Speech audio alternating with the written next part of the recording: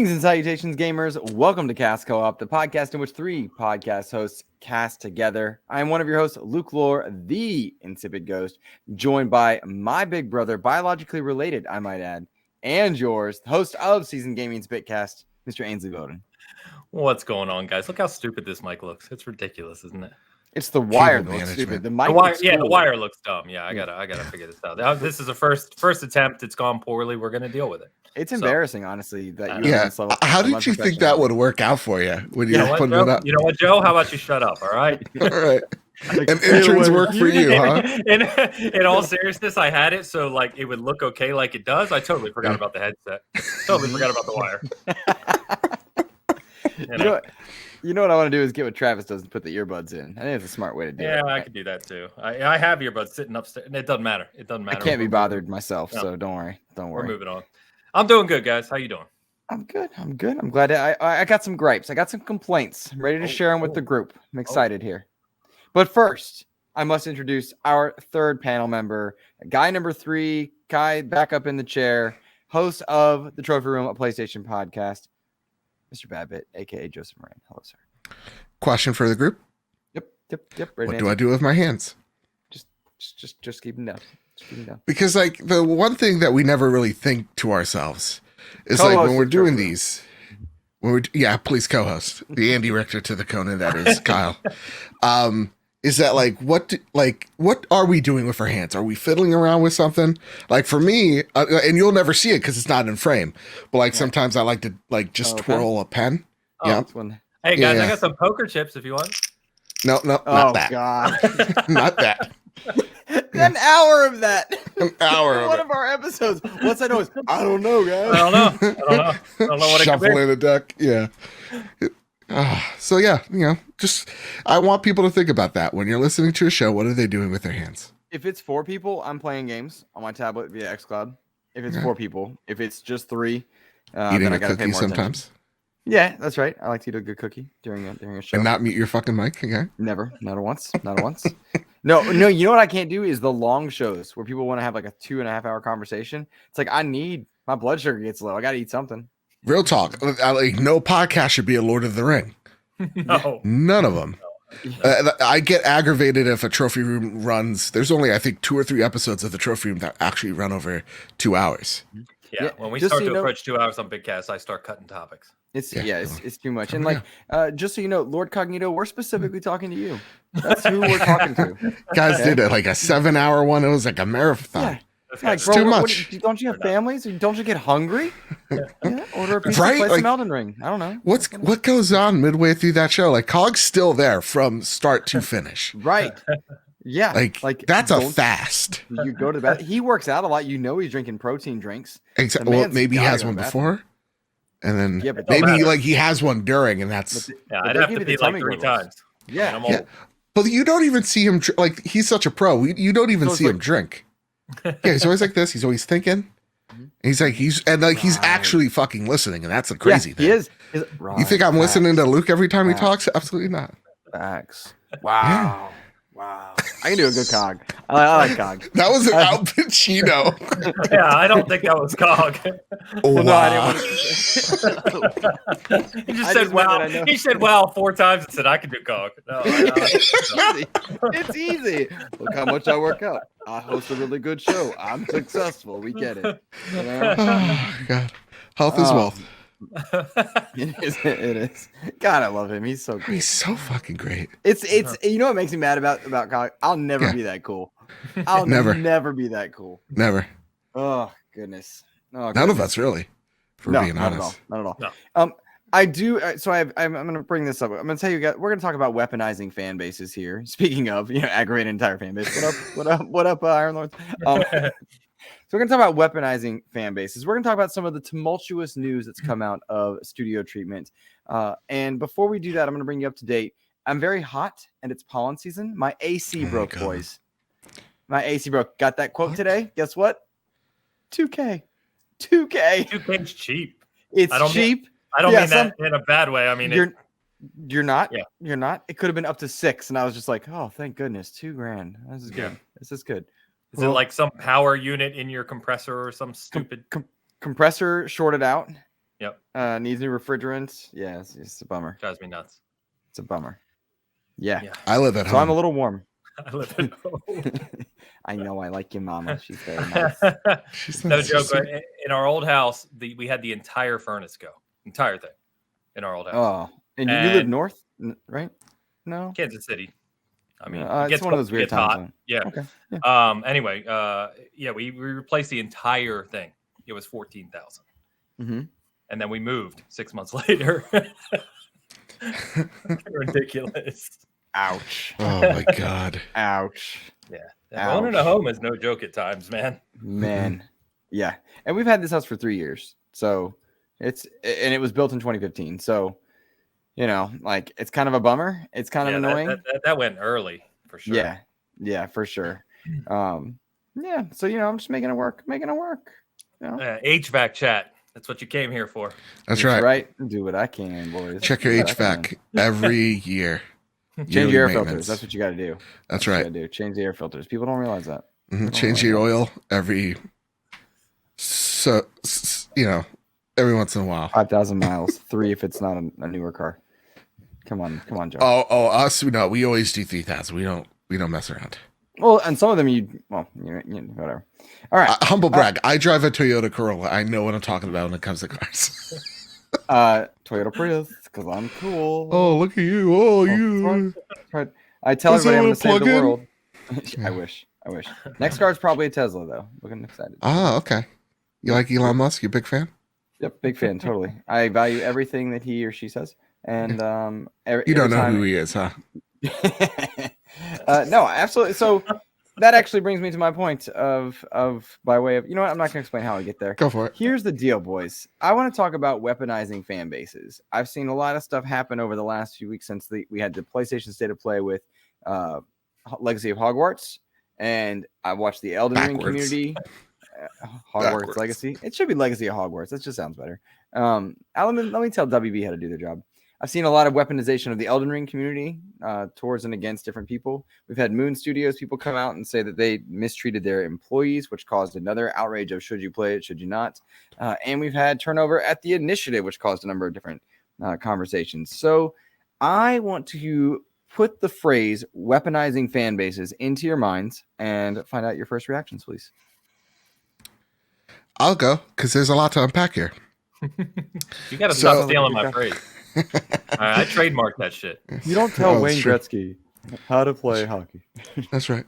No, let's start with Hogwarts Legacy because I feel like that's a simpler one to kind of jump into because that's the simple one. Oh wow. Yeah. Okay. Because to me it's kind of so J.K. Rowling. First off, I'm not a Hogwarts guy. I'm not a Harry Potter specific person. Whatever. Cool. Know nothing of it. I know Snape, Dumbledore, the guy that you can't talk about, the fish face dude. I'm really blanking on his Voldemort, Harry Potter and Hermione, right? And her friend Ron. I'm really surprised that you weren't a fan growing up. It's like your generation. It does. My mother thought it was the work of the devil. Oh, right. Yeah. Remember that? Yeah, she was she's still big into Jesus Christo, but even, I know. Good thing she kept you safe. Committing sin every day. But, so, look, she holds an opinion on the trans community that I don't. Mm-hmm. We're total opposites when it comes to that. To me, you have the right to be and identify as whoever you want to be, right? Like you should be comfortable in your own skin. You should love who you love, all that stuff. Right. JK doesn't have that opinion, and she has some thoughts on trans folks that I disagree with, again, completely. But she has a right to say those things and to hold those opinions so that I know what stupid looks like so that I don't go and, with that crowd. So to me, I'm really good at, though I disagree with her, going, you have a right to say the dumb shit that you do. Mm-hmm. And at the same exact time, I have a very good capability of divorcing the art from the artist. So to me, and I said this on the trophy room, she doesn't own how I feel about Hogwarts or Harry Potter. The same way where, George Lucas or Disney doesn't own how I feel or the feelings I get to Star Wars. Mm-hmm. So for me, as a non-fan, I can understand why people have their qualms with her and her ideology, but to me, I don't feel like boycotting a thing is going to work for you, because the way I see it is she's a billionaire. She will always be a billionaire. Her aunts, or her kids after her will be millionaires. She's the time to cancel her was 20 plus years ago.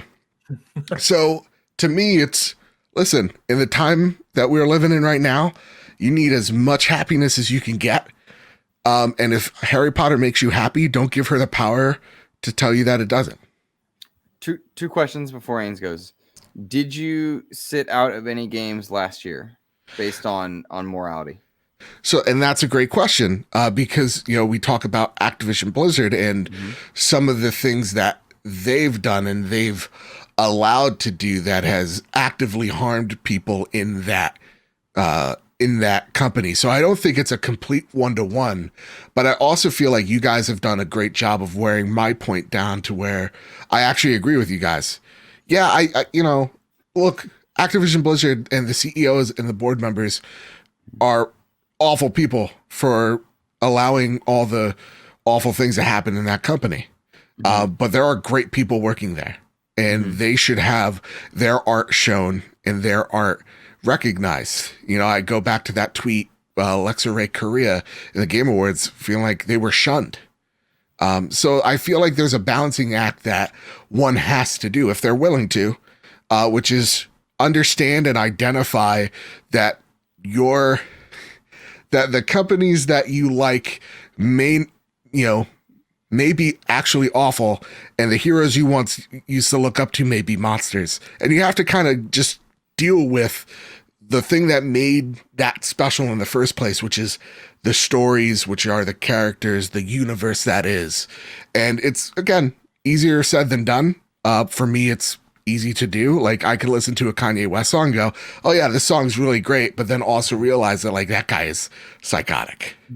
And he makes shitty shoes. Let's all just be frank about that. Shoes look fucking dumb. If you owned them, toss them in the garbage. Why are you buying $3,000 sneakers for? No one listening to this is buying $3,000 sneakers. I don't know. You never know. You never know. Oh, I know. But yeah, that's how I'm seeing it now, through that lens. Yeah, I almost completely agree with Joe. I think he said it really well. I think that the silly thing here, and completely understanding, as Joe said, the kind of horrible thing she has said about trans people, and I'm sure how trans people feel about those things is not to be taken for granted or lightly.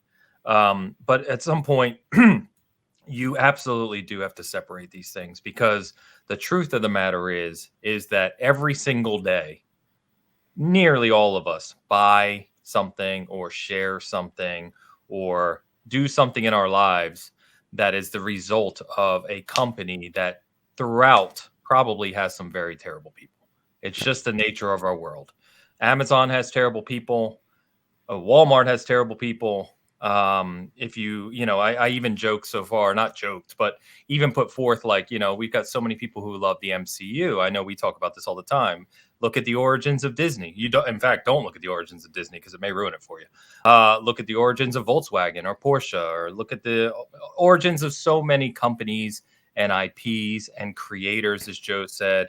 The phrase "never meet your heroes" is very true a lot of times. And so you can't, if you're going to take the stand of this person said something horrible and I don't agree with them, and therefore anything they're associated with, I don't want anything to do with, that's obviously your prerogative. But you have to realize, if you're going to take that stand, either do it holistically, which is going to change your life drastically, or just accept the fact that, look, yeah, there's a lot of horrible people in the world. Horrible people can still create brilliant things. It happens all the time. We just have to accept that, as Joe said, if something brings you happiness, something brings you joy, don't let someone else take that away from you. And be completely honest. Like, let's say that J.K. Rowling was getting, I'm making this up, let's say she was getting 50% of every game sold. You not buying that game, again, completely your choice. It would be your prerogative. It's not going to make a difference. Yeah. It's not. Still walks away a billionaire. You're literally only hurting the people that made it. Yeah, and even if you hurt her, you're hurting exponentially more people that are good people, right? We talked about this too, all the developers and, and there's probably some bad developers. There's probably some bad leaders, you know what I mean? Sure. At WB, the stuff we're seeing at Activision and Quantic Dream and we're going to talk about Moon Studios, that happens all across the industry. Don't think it's just because you heard about Moon this week, it's exclusive and that Xbox and whatever company you love doesn't do this. It happens everywhere. Yeah. You just have to enjoy the things you enjoy and don't let people ruin that for you. So, and I actually talked to the contributors of Season Gaming this week, and I said, look, we're going to be covering this game a lot. It looks great. We're probably going to do a review on it. What are your guys' opinions on how we handle this? Do we mention J.K. Rowling? Do we mention the stuff she said? And how do you want to approach that? And we had a good conversation about it. And I think most people are very kind of level-headed about it because I saw some sites like, I can't cover this because of this. And it's like, no. Oh, Fanboy Media? No, you can't do that. Yeah. So I get to call him out. He can't. I get to. Yeah.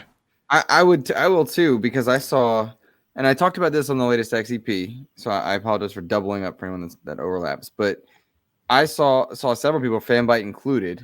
I think it was Imran at Fanbyte, who I have a lot of respect for. Very talented, intelligent person. But his company, Joe, is owned by who? Tencent. Yeah. Tencent. So taking a moral stance while working for Tencent is by definition hypocritical, but it's not that he was trying to be hypocritical. The problem is, how close do you want to zoom in on an issue? Exactly. And how far out do you want to zoom out? Yeah. And that is consistently my issue. And it's one that I think is ongoing. And I want to make clear to listeners that this is ongoing. I've watched Joe adjust his stance over time that he literally just said he did. Yeah. I've been adjusting my stance as we go through, as I learn more about our industry. Like I chose to abstain from Call of Duty Vanguard, a choice made easier, by the way, by the game's own setting and by the fact that Halo was coming out, by way of other things. Like, it made my choice easier. But if I'd been under more pressure, if it was Infinite Warfare 2 or Modern Warfare 2 or any of the ones that I liked, my choice would have been made that much harder, right? It's less moral in that case. But as we ongoingly adjust and change our stances and choose where we zoom in, it's important to take note of the bigger picture and the smaller picture. Fanbyte's owned by Tencent, right? I'm using a computer that is likely connected somehow, some way to a company that does bad things. If you're using an iPhone, Foxconn, Samsung stuff, Foxconn, like they put up nets to stop people from taking their own lives out of buildings. Like, there are levels to this. That I mean, Samsung, right? Like, they use child labor in Africa to mine the gold. So. Right. We're all like, the thing is, it's like, I love what you said, Luke. How far do you really want to zoom in on this? And I understand how many people want to do what is the right thing. You feel compelled to. Mm-hmm. And so, like, if your right thing is like, yeah, I'm not buying this game of J.K. Rowling, that's on you. And I'm not here to demonize you. That's the way you think. But I'm also saying, if someone is buying it, don't demonize them. They're not nobody's a quote unquote perfect ally here. We're all comfortable with some moral gray choices that we have, because I feel like the internet is so, literally like black and white.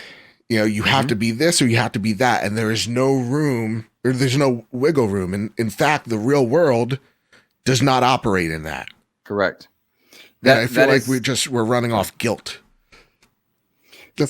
That is the point that I was kind of getting at, and kind of my thesis in bringing up the topic is that as we weaponize fan bases, we start to demonize the choices that people are making that shouldn't be demonized. You can make this something as light as, and this is a personal thing I went through, Elden Ring, right? The accessibility conversation and how approachable the game is. I'm talking to Ains almost every night in the first few days trying to figure the game out. And if I made that more public, I ended up hating the conversations, and I abstained from talking to a couple people because it took away some of the joy that I was having with this incredible experience. Mm-hmm. By the same time, that's not fair or right. Should you demonize people's choices for buying a game or playing a game, diving in? Where do you want to let others control what it is you enjoy? At least that's where I was kind of going with that one. Ains, I kind of jumped in your normal talking spot. Did you want to say anything there? No. You guys are covering it. The only thing you were saying about zooming in is the fact of the matter is we live in a global capitalized market today, right? If you look at the real big picture, and as you guys alluded to, you can look around the room you're sitting right now, probably the thing you're watching this on or listening this on, and there's been some atrocities committed to bring that to you.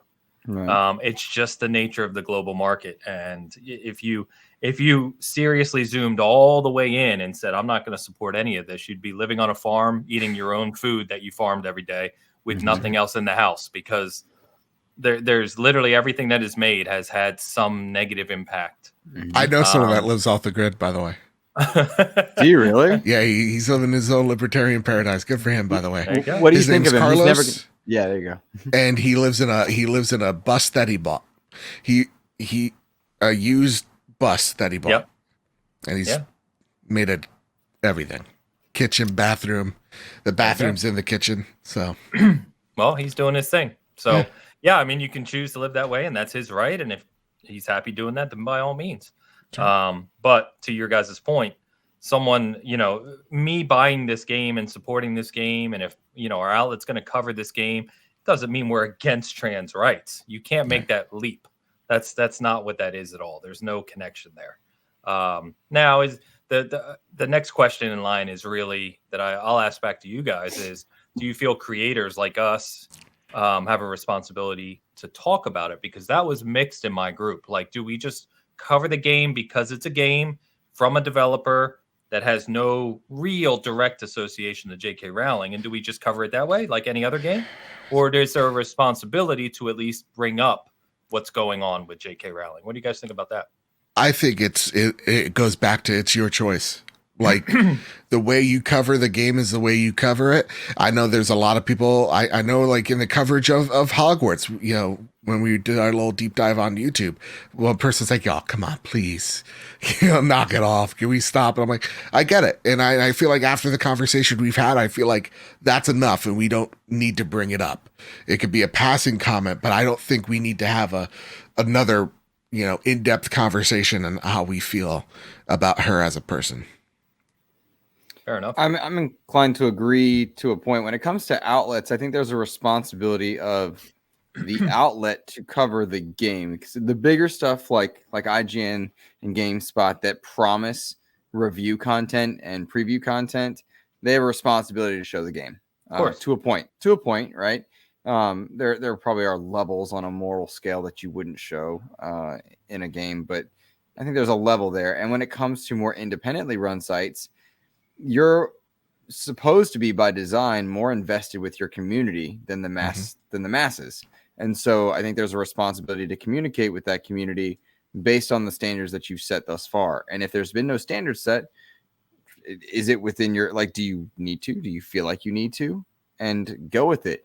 If the question comes up, you're under no obligation to answer it, but I feel like it would be disingenuous to ignore it, right? When it comes to Hogwarts, when I see super long posts, I don't read them. Like, I'm all right. Like this is why you are or not. That's not necessarily my interest level. But I appreciate that it's there for those that are interested, because that's one of the things that we make a mistake of in social media when we follow people within our own echo chambers. Is if you don't want to see certain content, don't click on it. Don't follow the person. Don't invest in it. Mute the conversation. Mute the word. You have a lot more control over your timeline than I think we sometimes say. And it's one of those things where, hey, your existence offends me. All right, be offended. Hey, your choice of word offends me. Don't follow. It's not my job to worry about your pain, guilt, upsetness. Right. Does that make sense? I hope I don't sound like the villain in saying. No, you sound correct. Like you sound 100% on point. I feel like we, whether it's like subconsciously or consciously, nudge each other in the direction that we feel like we as a group should be going and growing, and that's just not it. Because then you all just sound alike. Everybody, you just all sound alike. Things start losing its meaning. So I feel like instead of trying to sound like an echo board, try to kind of think outside the box. Yeah. It's funny because we're kind of broaching into a bigger subject now, right? Which is the gaming community as a whole. And to your point, Joe, many within the gaming community sounding like an echo chamber at times, and like very much so. it almost like the gaming community has to have this opinion of something, and if you don't have that opinion, well, you're not really part of the core gaming community. And I think that's a huge, not a huge problem, but I think it is a problem in the gaming community. And one I know we've joked offline about, one that I talked to Colin about pretty extensively, which is, and we've talked on Bitcast a lot about this recently too, especially with Travis and Hogue now, who obviously are very opinionated. But we've joked offline of like, it's okay to debate. It's okay to disagree. It's okay to have different viewpoints and challenge each other and do all of those things, even debate if you want to, but do it respectfully and do it understanding that from the start that people are going to have other viewpoints, and that's okay. You should both learn and grow from hearing from more people in different viewpoints. I think the problem becomes when you surround yourself only with people who have the exact same viewpoints. And then to going all the way back to the start of this, then you start to kind of weaponize your peers or that community against others who don't share that viewpoint. That's where the problems start to come in. And that's where discourse really takes a downturn. And that doesn't do anyone any good. It's ironic when you look at the fact that you did talk to Colin Moriarty, who is a polarizing figure. Yeah. One of the things I don't agree with everything he says. Obviously. Nor do I. Yeah, nor does anyone probably, but that's not the point, right? Right. I appreciated in his interview because I was hesitant to listen to his interview, but because of the exact things we just said, the need to challenge yourself, the need to allow other voices. When I was listening through it, I was really enjoying a lot of what I was hearing in the conversation, the debate between you, the pointing out that gaming journalism has become an echo chamber of you should or should not based on moral decisions that someone somewhere is deciding. And it very much ignores the gray area that exists, the hypocrisy that can exist simply by being human, not any big moral stance, but if you're going to be on an iPhone tweeting about, justice and virtuosity, it's like, well, that don't make sense. And it's like, all right, calm down. And, when you look at Hogue and Travis over on Bitcast, I think that's some of the best content that's come out of Bitcast in a while. Yeah. Because you and Dan are really disappointing is really what I mean. Yeah. Underperforming on every level. Mostly you, Ains. I know. I got my year review. It wasn't very good. Yeah. And you're like, can we do something about this wire? And he's like, sure, put it right in front of the camera. And the kind of I don't know why that made me laugh. Hey guys, I took care of it. Good. The most messed up thing about that is that his wife led the review. She's like, "This is what you can improve on it as a person and as a creator." Yeah, but it really just boils down to, echo chambers and weaponizing communities. It's excellent that people are highlighting things we'll talk about in a second, like the Moon Studios situation. It's awesome when we get that in-depth reporting. It's also necessary to also say, hey, listen, the thing you love, just to let you know, the creator has this awful opinion, and just having that there is fine. But I feel like if you are a major outlet, you should be giving this game coverage. And I feel like as a reviewer, which is the one thing I do worry about with this game, is you should be reviewing this game on its merits. Correct. I can only imagine the Kotaku review that's going to be this. Like they're not even. Ainge, you have a problem with me not finishing games. Right. They're not even going to press start on this goddamn thing. There's going to be an essay on their thoughts, their feelings, and how many times they cried thinking about it. And so, to me, it's. I just hope the game gets a fair shake, regardless of the creator, because I think that team obviously loves the source material of that world. The weird thing is there's probably 400, 500, 600 people working on this game holistically, like all up, hundreds and hundreds of people. We don't know each of them individually. For all we know, there could be 20, 30, 40 people on this team that literally do stuff for trans rights on a weekly basis. They could be donating, they could be, supporting it in all the different ways you can support these communities. But just because of this famous person who originally created this 30 years ago, whenever it was. It's like that's not how it should work. Yeah. There's a really good social movement happening as we are recording this, and it has a lot to do with developers tweeting pictures of themselves and talking about their career experience. And I love this. And please forgive the self plug. One of my big excitements was to have Crystal Dynamics developer Brian Wagner on to talk about his work and his career working through Madden and Marvel superheroes and now Avengers. And I like this because it puts a face to the people making the product. It humanizes those that are involved. In Brian's case, he came into the team well after decisions were made. He came in like less than a year ago to try and repair damage, essentially. Did you ask him for a refund? Shut up. I love that game. But he came in to repair decisions made not by him. Just as many of these people, I'm trying to make a point here, Ains, come on. Just as many of these people are showing us who they really are. They're not the person behind the game, hiding behind the cover. They're, hey, my name is this, and this is my dog, and I have a daughter, and I have a son, and I'm making games, and I live here, and I've been making this.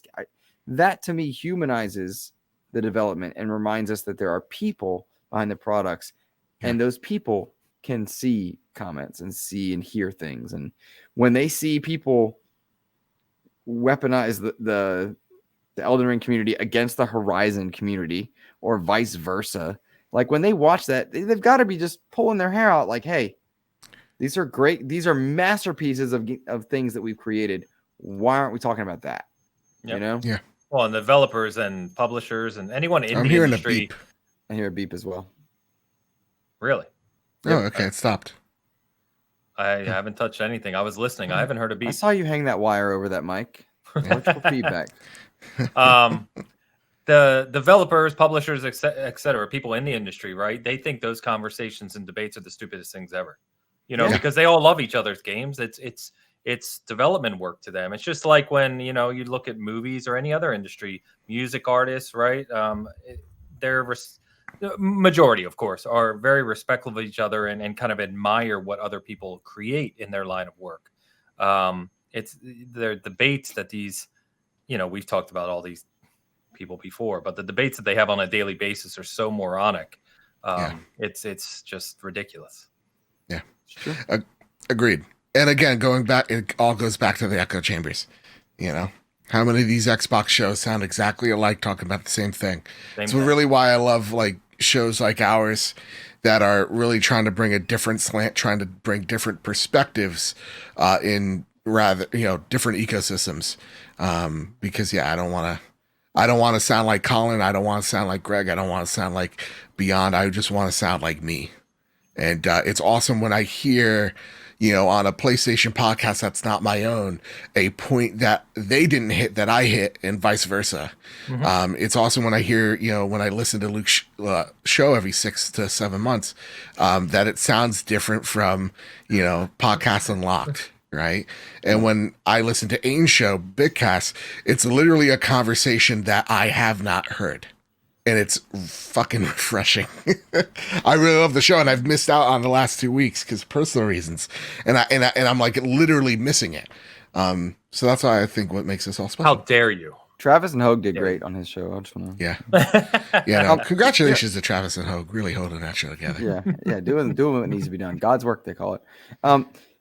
The one of the odd things though is that for all we hear from our community and whatnot, the comments that you're making, like it is refreshing, but the views and the clicks aren't there, and it makes me wonder how many people. Well, for you, hold up.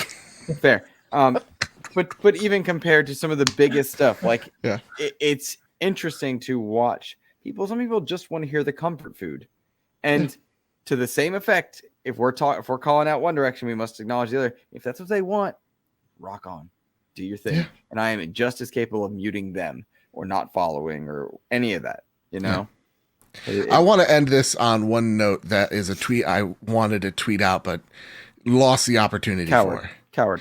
My favorite movie reviewer is Ben Shapiro, because I know every movie that he hates, I'm gonna just fucking love it. I'm going to love it so much. And for every reason why he hates it, I'm going to love the crap out of it, you know? We need the yin and the yang.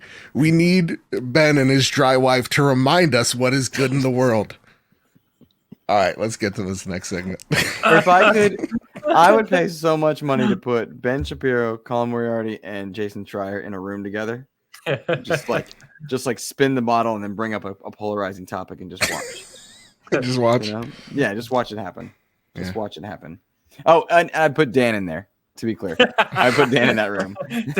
No, the other three wouldn't leave the room. Dan would be arrested. Oh, man. All right, boys. Did you know Jade Raymond is now working for PlayStation? Have you heard this? Have you seen this? Yeah. This is news to me. Tell me how you feel about that. Well, you know what? No, don't tell me. I'm going to tell you how I feel about that first. Jade Raymond hasn't made a game in a long time, and she's clearly talented. She's clearly sought after in the gaming industry. She hasn't shipped a game in a while. Kind of similar to Amy Hennig in a way. The talent's there and it's respected. People like it. But the game hasn't been shipped in a long time. To me, it's a good get by PlayStation, but it comes with red flags, as many hires would do for anybody, right? So I'm curious, where'd you land on this one when you saw Herman Hulse tweet out that Haven is now PlayStation? Just to differentiate too, Amy Hennig has written some very incredible titles over her career, and she's been kind of fundamental. Jade Raymond, as far as I can tell, was the producer on some early Assassin's Creed titles and hasn't really done a whole lot since then. Yeah, since Splinter Cell stuff. Yeah, since some Splinters. Okay. And then moved again, and then moved again. So I clearly she has a name for herself. Maybe there's people in the industry that know something we don't about her talent or what she can build or drive. But to me, I've always kind of wondered, sitting on the outside and not knowing, when you just simply look at her resume, you're just like, well, what is the big deal with this woman? So I don't really know. That said, I like the hire and I like the acquisition, whatever you want to call it, because it's clear that they're working on, they've said, a AAA multiplayer game. And I like seeing PlayStation really starting to invest in that space, because one of the complaints I have with PlayStation for their great games is that they are a little bit samey. I'm getting tired of the same old shtick, and it's starting for me to wear a little thin. And so I've always felt that the multiplayer side has been a weakness for PlayStation. And I love multiplayer. I love competitive stuff. So the fact that separate from this, of course, Xbox has obviously been really investing in single player, and now PlayStation is investing between Bungie and Haven and Firesprite and all this stuff into multiplayer, live service, all this stuff. I love it, because what it means at the end of the day is a few years from now, we're going to have more complete publishers in Xbox and PlayStation. That's my viewpoint. Yeah. To echo what Ains just said, I think this is, first off, I hate when every time PlayStation has acquired something, people go, organic. It's like, what an organic joke. Oh my God. The next Larry David has entered the building. Congratulations. Where's this guy's Emmy? Someone get this guy an Emmy. The joke's old. The joke's tired. Get over yourself. All right. God, it's so, oh my God. It's just, and the thing it doesn't, like, it doesn't, the thing that aggravates me is that it's an unoriginal joke.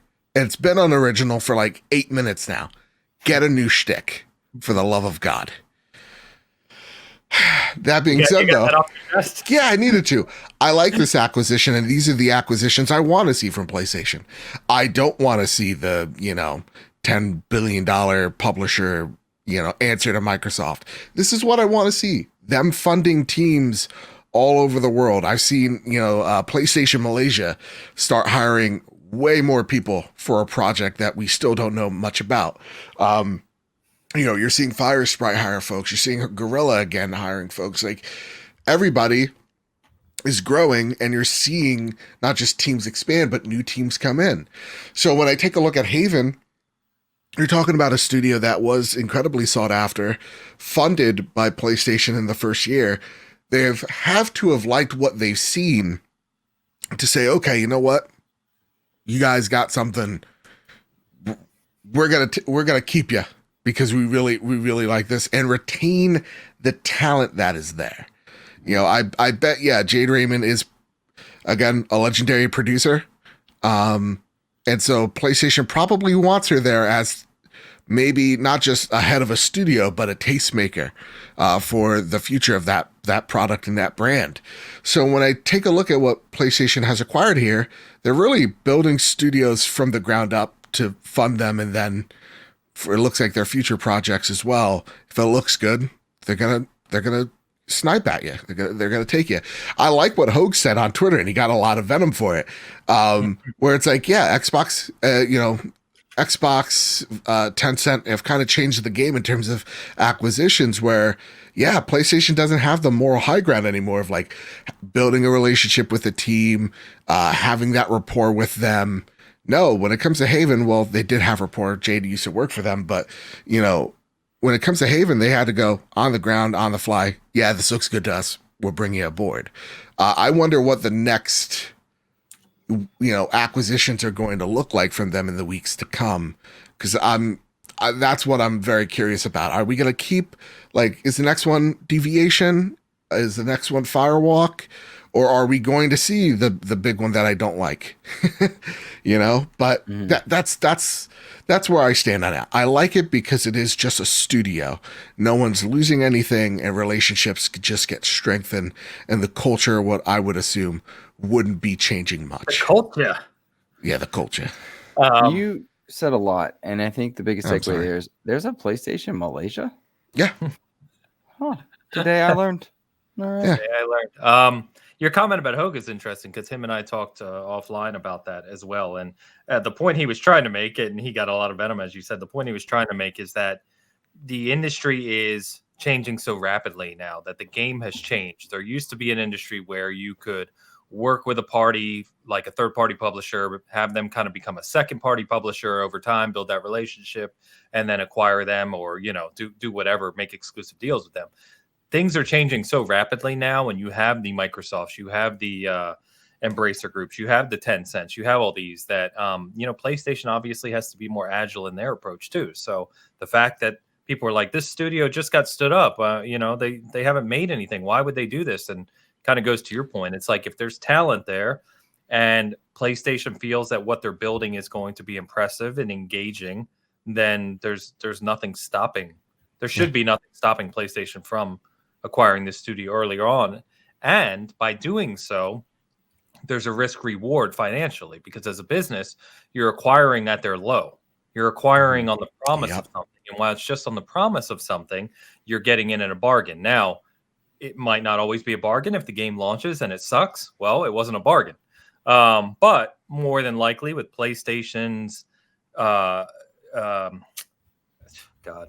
with PlayStation's kind of focus on quality, and they have a lot of experience in their teams working together. They now have Bungie as well. Yeah.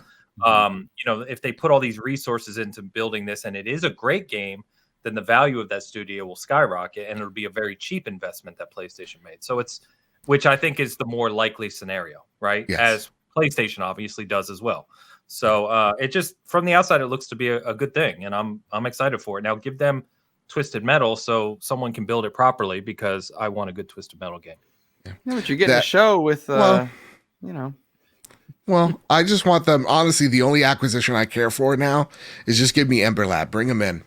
What they were able to do with Kina, I want to see them have a nice big budget and see that vision realized. I think I still haven't played it. Oh, it's so good. It's so good. Yeah. Maybe they're the ones working on the Sly Cooper. Oh, God. Hey. You know what? I want a Sly Cooper. I've never finished a Sly Cooper game, but I always liked them. They're good. We get a new Sly Cooper before Banjo, I'm going to riot. Oh, that's going to happen. You're going to be so buddy. pissed. You're going to riot. But you have experience. You were in the convoys up to the border, right? Weren't you there? No. Hey. Luke, convoys now mean something totally different. This work does not. We were just talking about our freedoms, and those won't be sacrificed. Oh boy! What scares me is Joe said it changed meanings. I'm like, oh, I did not know that. Oh boy! I don't know what we just touched on there. So yeah. You know what? Ain stands by it. He said it. Okay? That's right. He said it and he meant it. Damn it. Yeah, he meant it. Yeah. Oh, goodness. Good news. This is great. Now go buy Ember Labs. Make it complete. You're talking about Sony kind of like buying the smaller stuff. It looks like that's what I want, man. It looked like, well, so many of us, when we talked about the Microsoft side, wanted Microsoft to buy Moon Studios after they put out the Ori games. And to me, Moon and Ember are on the kind of the same level and trajectory on the outside looking in. But it came out this past week or so that the two founders of Moon Studios are actually quite abusive to the small staff that they have working there.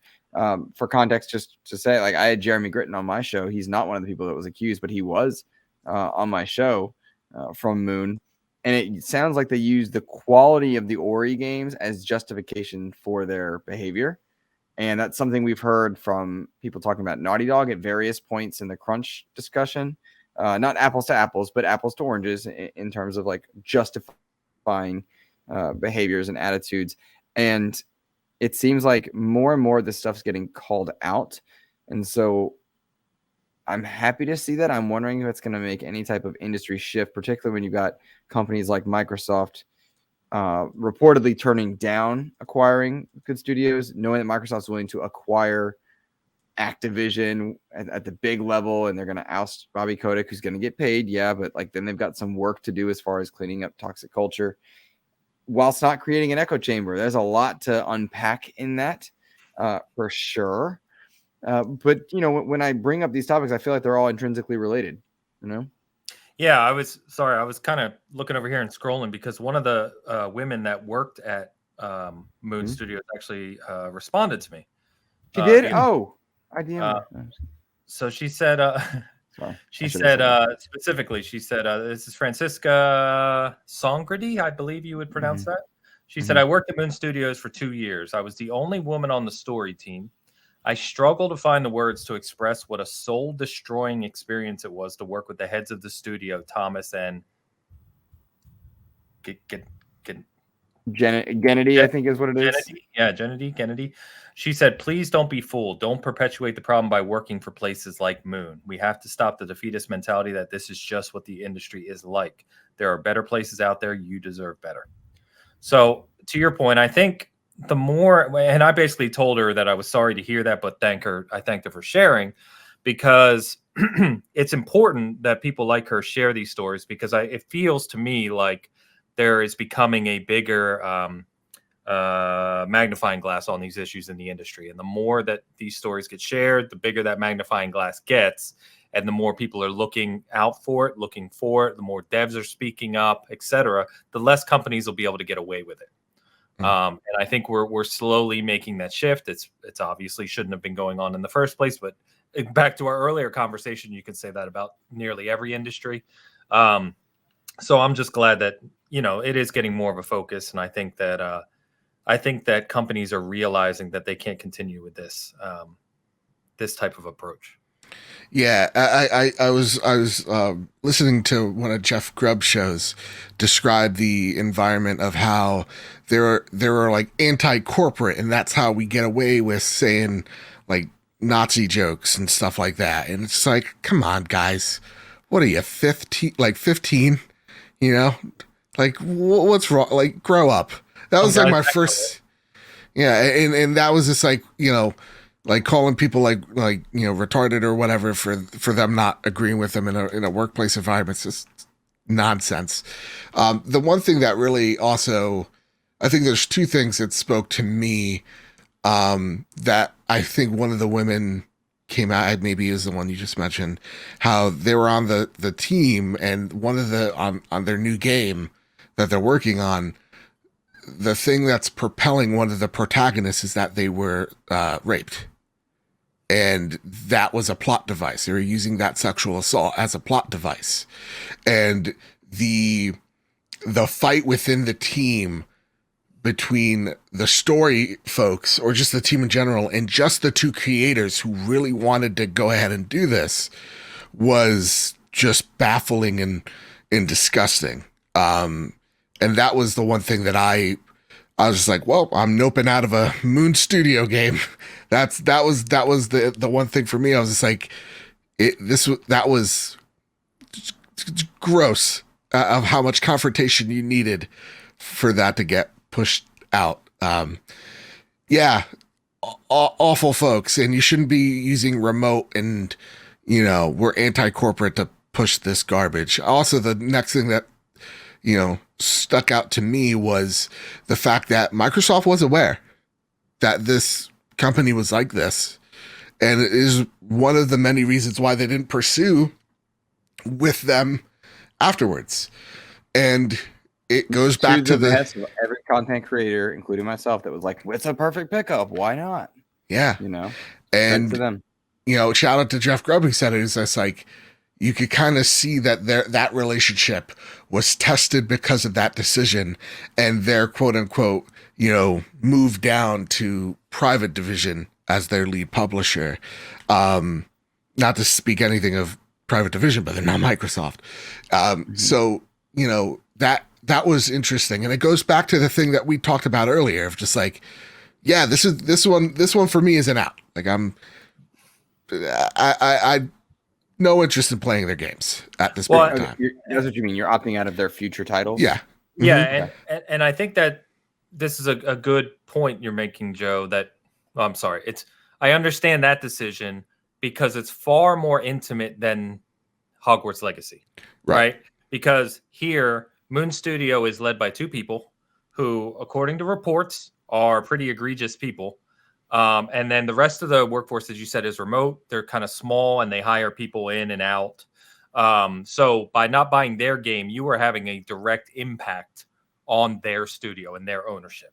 Whereas Hogwarts Legacy is a very different situation.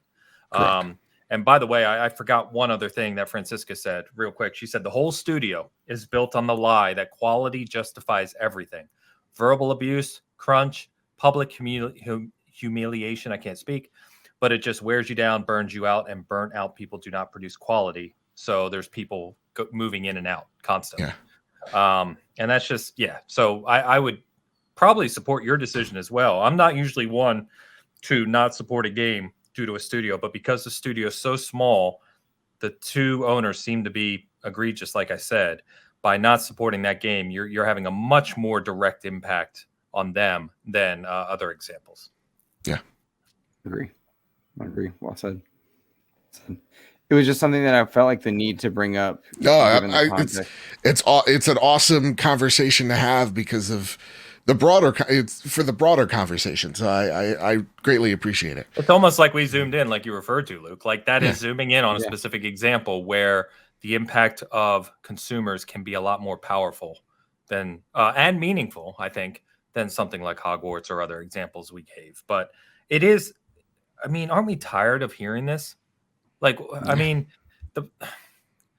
we're honestly part of the problem, not the three of us, but all of us, gamers in general, because, but like the gaming industry now, we expect everything, right? We expect to be told when a game's being made. We want to know everything about its development. We want that development to go perfect and to not hear about any issues. We expect it to release on time. And when it releases, we expect it to be perfect without bugs. And the sheer matter of fact is, as we've heard a million times from all developers, is that game development is extremely complicated, very difficult, and that's just not the reality we live in. So people want all of those things. They want them done quickly and they want them done cheaply. And that is that's where the larger conversation of capitalism comes in. It's like, well, how do you produce that? Well, here's what you do to produce it. You wear people down. And there's a cost. There's a human cost at the end of this. And so as long as the gaming industry, or not the gaming industry, as long as some gaming consumers continue to be completely naive about what goes on to produce these games and really just don't care or speak out about it, then this is going to continue to go on. And I think we, especially the three of us as individual creators and obviously on the show, I think we're doing the right thing, in my opinion. Of speaking about it and just trying to spread the word as much as we can to raise awareness of these issues so that hopefully companies do better in the future. And if that means the next whatever game that I'm looking forward to comes 6 months later than it would have, so be it. That's okay. Let these people live normal lives and work normal jobs. Yeah. Is it my echo chamber or is it getting better? The allowance for things to take time. I think it's getting better. Do you? Yeah. It might be slight, but I think there's two things there. Let me unpack this for you. Yeah. No, I think there's two reasons why. One is that we're in an industry now where there's game releases every week. So when one game gets delayed, there's 10 others coming out that we can look forward to. It's not like there's 3 big releases a year, and if one gets delayed, we're now 33% down. The other is that because of the awareness, I believe, of us constantly talking about these issues. We saw what happened with Cyberpunk. I think that was a monumental shift for the industry and how a lot of gamers looked at how games are made and sold to consumers. And then all these other kind of terrible examples are just kind of piling on. And I think eventually I'm seeing a lot more people anecdotally. I'm seeing a lot more people in the community say this game's delayed. That's okay. There's 10 other games to look forward to. It's fine. No big deal. That's my opinion anyway.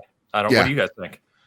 No, and because the industry is growing in such a way, there's so many games to play that, you could take a little bit more time because X, Y, and Z are out. You know what I mean? Yeah.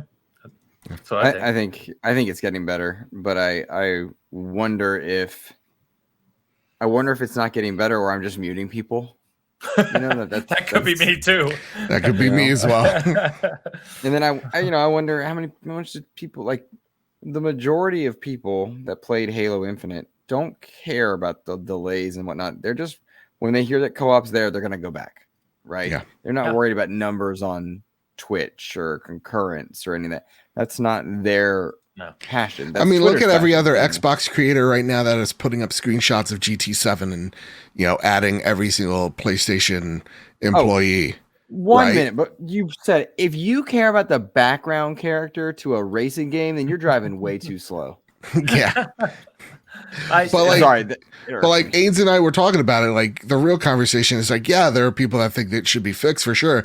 But like, nobody's petitioning PlayStation or whatever. It's just like, if the community's loud enough, they'll change it. If the community's okay with it, it's going to remain the same. A lot of these people, like, they think their thoughts matter on things. It really doesn't. If you're not in that ecosystem, it don't really concern you. I've muted a lot of people over the past couple days over GT7 because you can tell that they're either just the Xbox people who want to create controversy or just people in general that want to create controversy who also haven't played the game. Yeah. And it drives me up a wall. You guys know I promise not to go on a rant, but just stop talking about it if you haven't played the game. It's not perfect by any stretch of the imagination. And I think most of the GT community agrees that the currency you earn and the rate of earn and those types of things needs to be better. And they are telling Polyphony Digital that. But that doesn't make it a terrible game. That doesn't mean it's broken. That doesn't mean all these other things that we're seeing. And it's not Herman Hulst's fault. People are adding Herman Hulst. It's like, no, they hire like economists in this game. It's that person and the producer in charge of that. That's their job, bud. At them. What's that? You didn't beat the game, so you didn't read the credits, so you don't know who to yell at? Yeah, sorry, buddy. And it especially drives me crazy. Not to go, okay. It especially drives me crazy because obviously the people talking this stuff, and of course you see the Xbox guys, well, Forza 7 did this better. And it's like, look, Forza 7's a fantastic game. Yeah. One, it doesn't have to be one or the other. For God's sake, stop doing that. They're both great racing games. And second of all, Gran Turismo does some things better than Forza 7 does. Forza 7 does things better. As again, I'm going to go on my car guy rant, but there are certain things from a racing perspective that Gran Turismo 7 does better than Forza 7. Period. Doesn't matter what you think. And obviously you don't know what the hell you're talking about anyway. So just shut up.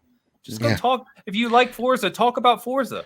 I saw two dum-dums going at it on Twitter of like, what's going on? I'm like, listen, it's okay to like Forza, but think Gran Turismo is better, and it's okay to like Gran Turismo and think Forza is better.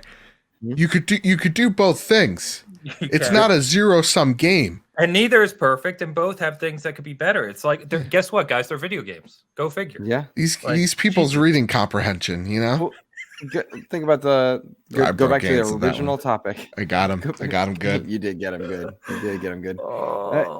go back to the original conversation that we're talking about with weaponizing fan bases. If you're justifying something, disliking one thing because you're like for another in a medium where everything's an optional play, an optional buy, you're missing the point. The reason we play games is for fun. Dude. Some people, you know what? You gotta admire some people's convictions. Some people are willing to take their cell phone into an operating room and really show the people. Really show the people. That fucking idiot came back. Did he come back? Yeah. What a moron. What an awful hospital for not firing that man on the spot. Sometimes, sometimes you see things like that and you're like, is this world real? I watched that dozens of times. What is going on in this world? Yeah. I could not just disbelief. I was like, is this real? Oh, this is real. Is that guy really asleep? Is this man really being operated? Like, it was step by step. It was like I was watching Tenet. I didn't understand the first few times I watched, but the deeper and deeper I went down this rabbit hole, wild, crazy people, Twitter. Nobody cares about it. Some people may not know what we're talking about. Yeah. A dude in the Fanboy Wars was being called out by the opposition, whatever. I don't even know which side he thought was the best, but whatever one just called him out and like, you're not a real doctor. He took a video in an operating room. Yes, I am a real doctor. He's one of the worst PlayStation fanboys. Oh. Does he know gas? And he tried to say something about Xbox fanboys. Yeah, Xbox not speaking facts. It's like, what are you talking about? What are you doing? Going back to GT real quick. What are you? I'm done with GT, but the point I made on Bigcast last week was one of the other things that is happening with GT now, which happens. Oh, you're done with GT? Which I despise, right? Because you brought up Halo, which made me think of it. Is when a game comes out, it has microtransactions, right? And someone goes to the store, looks at every single one, adds them all up, and says, "Oh my God, to buy everything, it would be $1,000." It's like nobody's doing that, and if they are, they're millionaires. Why would you worry about them? But their name's Mo. But that's not the point. Like, you can have a conversation about microtransactions and the cost of things, and we did with Halo, right? The Halo store is expensive. They've now lowered it. Whether you think it's low enough doesn't really matter. The point which you touched on there is it's optional. There's nothing in there you have to buy. Where GT7 deserves a little criticism is that to buy the stuff in the game is almost impossible. Some of the late game stuff is almost impossible at current rate. But the game just came out. Right. It's creating a game economy, right? Those things are usually never perfect at launch. And they already commented on the latest update saying they're monitoring. They have a ton more changes coming. There's a ton of free stuff that's going to be added to the game. Just a little patience. Again, it goes back to the conversation of gamers want it now and they want it perfect right away. And it's Halo Infinite needed data. They needed data to show, hey, people aren't buying it at this price, at that price, Yeah, and they've made pretty significant reductions. They have, which is good. Set them high so that you can make it low, so that you look like the hero. Correct. Exactly right. Corporations aren't your friend. It's almost like these two mega blockbuster exclusives want to make money. It's crazy talk. What? No way, dude. Get out. But like Phil Spencer liked my tweets one day, so he's like my best friend, and I know. Does Phil Spencer follow you by chance? No, sorry. Who do we usually tease Luke about? Aaron Greenberg follows us. Does he follow you, Joe? Yeah, he follows me. Luke, does he follow you? He follows me. Host of the Xbox expansion. What's the last word? 50 plus chemistry interviews. Path? Just notice me, senpai. I don't know. It's fine. It's cool. It's when that day happens and it's genuine. If it's organic, that'll feel real good. Yeah, that'll feel real good. Like, joking aside, you're gonna PlayStation it. It's got to be organic. It's got to be organic. It's got to be organic. It's got to happen organically. And I really hope that when he does follow me, he's got a filmic filter on. Hey, don't feel bad. I got freaking what's his name? Wysop. What's his name? PlayStation guy. Shuhei. I got Shuhei to follow Trophy Room. He doesn't even follow me. I don't know how I did that. It's true. The magic. We got it to happen. I can't believe it still. I look, I'm like, is he still following? Oh my God, he still is. That's cool. Yo, how painful would it be if you clicked on his name and it didn't follow you anymore? Oh, it would hurt. It would hurt, but like, it's completely understandable. We put on a lot of garbage. Yeah. I'm not gonna lie, dude. Sometimes when I look at Phil's tweets, about stuff in the industry, I do look to see if he's still following me. Is he still doing? Oh my god, he is. Yeah. That was nice. You know what I do in the developer thing? Because like my whole thing is I like to interview devs and such. So every now and again, I'm like, all right, does my feed look like I'm a professional man? And I'm like, yes. Tweets at Joe. Not even close. All right. This is problematic. Let's talk about one of the most monumentous things that happened in this past week. Now, Joe, you experienced this with me. We did this together in real time. Our friend, mentor, eyes open. Our friend, directly at mentor, biological big brother, Ainsley Bowden. I didn't know where you were going with this. Yeah, I still don't know where he's going. And play Fortnite. I did play Fortnite. First time in years. He played Fortnite with us. That's right. And it was fun. I mean, they were all bots because Ainsley's true skill is low. But I had a good old time since they took out. You just played it for a little bit. They don't. Yeah, there's not an NFT on your skill from Halo to bring it over to this game. Hey, but I'll tell you what, we won every single match. We sure did. It was fun. It was fun. They took out building. I know it's a temporary mode, but I freaking love it. Did you see, by the way, I sent you guys that poll that someone in the industry did, like building or no building, and it got like 10,000 votes, and like 70% prefer no building. Oh, really? Yeah. It's so much more fun. It's way more fun. That's the only that I've told you before. That's the only reason I really didn't continue to play Fortnite is I couldn't stand the building aspect of it. It's a fun game otherwise. Yeah, I agree. And it changes it up quite a bit. So I was listening to this one streamer talk about the no building because, of course, all the pros hate it because they got all the macro settings. But they're just like, the whole thing with building is those players are still good. Like those players, regardless of like building or no building, you're still going to fight them and they're still going to kick your ass. Yeah. It's just removing it and that element out of the game makes it more approachable for so many more people. That being said, it is called Fortnite, so that still needs to be the pillar mode. But at the same exact time, I would like the option because I feel like the gameplay when it comes to the urban environments, like the towns, Tilted, when you get a couple of tanks in there and they're just like destroying the buildings around you and you're running away and you're jumping out of windows and whatnot, like that feels so awesome. There's like a different type of strategy around it of like, okay, so there's a tank here, there's a group of guys here. What do I need to do? So I'm really digging that aspect of the game. What I also like what they did is because they removed building, they also gave you a little shield. Mm-hmm. So similar to that of Apex, you're not immediately, SOL if you get shot from behind or anything like that. So I really dig this, and I would like to see games that were comfortable with modes, and I think this is where you're going with Luke. Mm-hmm. Experiment with different ways of playing. Mm-hmm. Go ahead. Sorry. No, think like Apex. Like Apex was Battle Royale, and then they were just like, here's a team deathmatch mode. Mm-hmm. And people love that mode. Now it's its own section within that community. Yep. I think what people love about certain games, at least the core of what gets them playing, are the mechanics of that game. Sometimes the lore, right? If there's character lore and stuff like that, like in Apex and maybe Overwatch.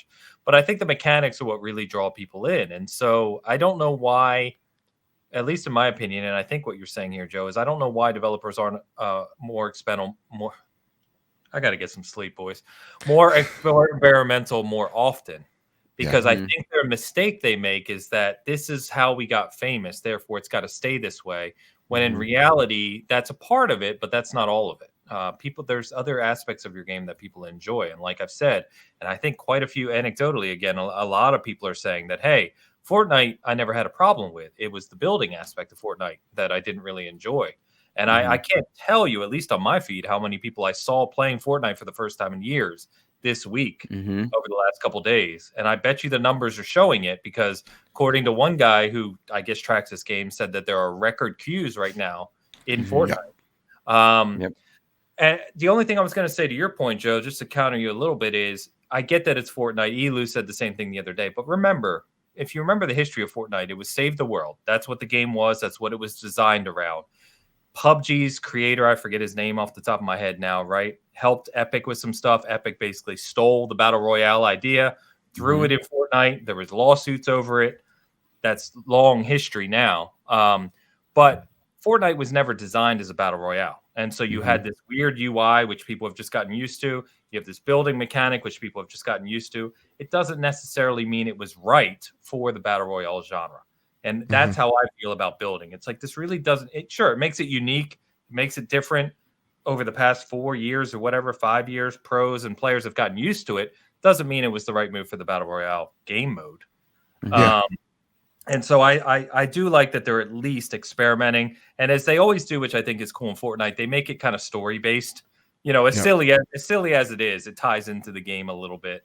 And I think that's kind of cool. So we'll see. I honestly would find it hard to believe if there's this many people now trying it again, they don't make it its own mode.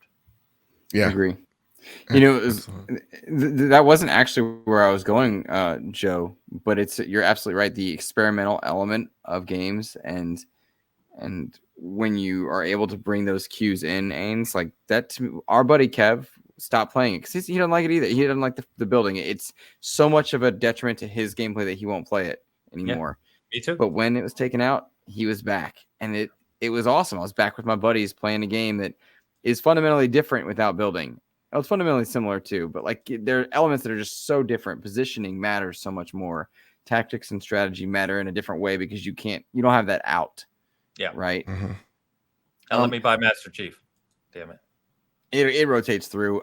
The reason I don't think it's in there is actually the direction that I was going.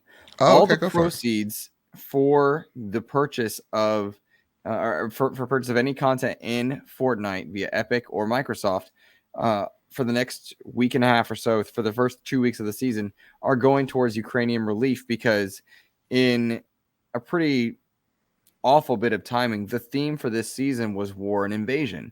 And so you've got tanks, you've got all types of urban environments being destroyed, and with invasion themed airships. And that's why there was no marketing for it as well. And which was confusing, because Fortnite's been known to do some strange marketing before, when they blew up their own world and shut it down for 2 days and such. A pretty genius PR switch and smart move. And at this time, they've raised, last I saw, was over $50 million 2 days into the season. 2 days into the season. Shows you how much money that game makes. For a free-to-play game. And Ains, I think, right, you can't buy Master Chief and buy some of the MCU skins or any of the stuff that's in there, is because there's probably complexities that come with stuff that's not native to their brand, as far as like donations go. But $50 million for this new 2 day and a half worth at this point, going towards Ukrainian relief, which is pretty wild. Talk about weaponizing a fan base. Talk about doing it for good. Right? Yeah. You had a joke, Joe? No, God, no. No, I like that point you made. Weaponizing your audience for good ought to be the thing that we do more often. Talk about the things that actually matter. And yeah, when it comes to Fortnite, like, because I was just like, oh, like when I saw it on Reddit first, I was like, oh, they're donating all proceeds. That's cool. And then you immediately jump into the world. And you're like, oh yeah, there's no way they could have even thought about making a profit. That is, the themes are way too dead on. They probably scrapped, to your point, Luke, they probably scrapped a lot of marketing and lost a lot of money that they had planned for this season because of that. And, you know, they can scrap the marketing much faster than they can scrap the development, right? You can't turn that game around once you've worked for months on the new environments and, everything that goes into it. So it's definitely good on them. I wouldn't even have been aware of that if it wasn't for you guys. Yeah. Because to your point, they've been so quiet about it. Yeah. Pretty wild to me when you think about the fact that they could have come out with it, and they could have just rolled with it, taken the punches, and still made money. Like they would have still made money, but smart on their part. And Microsoft jumped in saying they were doing the same thing. I was pleased by that, but surprised I didn't hear anything on the PlayStation side. And I don't know if I've missed it, or or what, but there's got to be complexities there, because I'm well aware of several high-level Japanese connected studios that have been given strict instructions not to comment on anything related to the Russia invasion, which is fascinating, and I think it factors into some geopolitical stuff. It's also like interesting because of how the Japanese sentiment towards Russia has been over the past few weeks has been incredibly tense, and very anti-Russian, and their sanctions have been some of the most strict. So it is. I bet there is more complexities.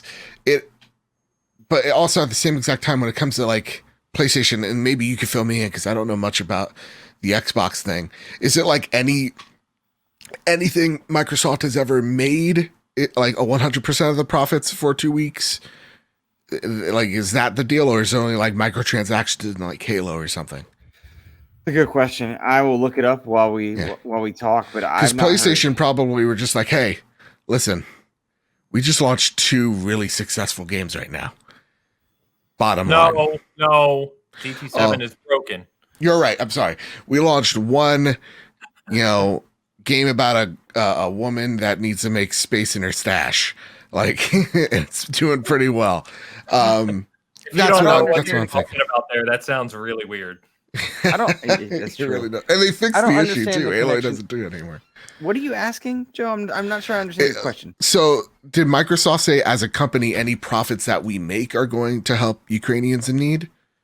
Or is it only like in certain games, like Halo, all proceeds will go to the Ukraine effort? No, this was related strictly. Xbox is joining Epic in support of the people of Ukraine by contributing net proceeds for Fortnite during this time. For Fortnite. Okay. Yeah, that is. It was a quote tweet to Fortnite. Oh, okay. Cool. Yeah, that is strange then. Because if I was like all profits, I'm like, you guys are crazy awesome. But yeah, no, then that is strange. Because if I was PlayStation and the PR person in charge, I'd be like knocking on Shu's door going, this makes perfect sense. Let's do it. We're going to look really great and do some good in the process. Well, I would assume that Nintendo hasn't said anything either. No, Nintendo's reason for backing out of Russia was purely out of logistics. So, that's... What? Yeah, they blame logistical issues last time I checked. They didn't... Yeah. Talk about zoom in, zoom out. That's some strange hypocrisy that comes from that company. But we're problematic. Did you just come up with that? Yeah. That's really good. Thank you. Clap. That's really Clap good. for me. Oh my God. God, that's good. Can we call it on that? I like it. All right. Let's call it a show. All right, that's good. Thanks for feeling nice. Good chats tonight. All right. My name is Luke Lore. You can find me on Twitter at The Insipid Ghost, and all my content over on that feed, all your podcast services. Call it the Xbox Expansion Pass. I have an interview with Crystal Dynamics developer Brian Wagner that just went up. I have a print interview that just went up on Season Gaming with Trek to Yomi creator Leonard Menciari. I hope I'm pronouncing that right, which was really exciting. So it's 2 big ones this week. And if the schedules hold, 2 big ones coming up on XEP over the next few weeks. But GDC and a lot of geopolitical stuff have changed schedules for a lot of people. So still working that out. Awesome. Yep. Mr. Bowden? Yeah, so you can find me, Porsche Power, Ains on Twitter. Pretty easy to find. A lot of stuff going on with Season Gaming lately. I can't remember if we mentioned it last show. It's been a few weeks, but it's been pretty rapid lately. But we passed 10,000 subscribers on this channel that you're listening to. So it's awesome, and it's just roaring ahead. So great to see the growth there. We've had a lot of new content lately. So my interview with Khalif Adams of Spawn on Me went live for everyone a couple days ago. Please check that out. My interview with Cerebral Paul, who's an Xbox ambassador for accessibility, went up the other day. There is a conversation on RDNA 2 architecture for those techies out there between me and Carl and how it affects the Xbox Series X and PlayStation 5. PlayStation's dead because it doesn't have as many RDNAs. It doesn't have all. It's fucking dead. You heard it here first, boys. He's right. Part 1 is up. Where part 2 will be up next week for non-patrons, that is, and just an awful lot of content we're producing right now. And like Luke said, if you're interested in Trek to Yomi, the interview with the creator of that is up on the site right now too, from Luke. So yeah, it's been a good time. Yeah. Yep. All right, Bit. It's me. It's my turn. Hey. You can follow me wherever you. You're the co-host of the Trophy Room? No, shut up. This is my time to shine, you fucking bitch. All right, so you can find me at Mr. Rabbit, and you can find my show at PS Trophy Room, and you can find. I'm gonna do this whole bit. I'm just gonna do like this, bitch. PlayStation show. Yeah, it's. I want to see if you can stutter in this voice and not lose it. Yeah, no, I'm not. I'm gonna keep it so. I'm gonna keep it so firm. Anyway, you can find me at the Trophy Room, a PlayStation podcast made by the players for the players. With me and my best friend talk about all things PlayStation. And you can like us on Apple TV, and Apple Podcast shit. And you can find us on Spotify and like wherever you find your podcast. Give us a choice. And on YouTube. Okay. And keep casting a co-op.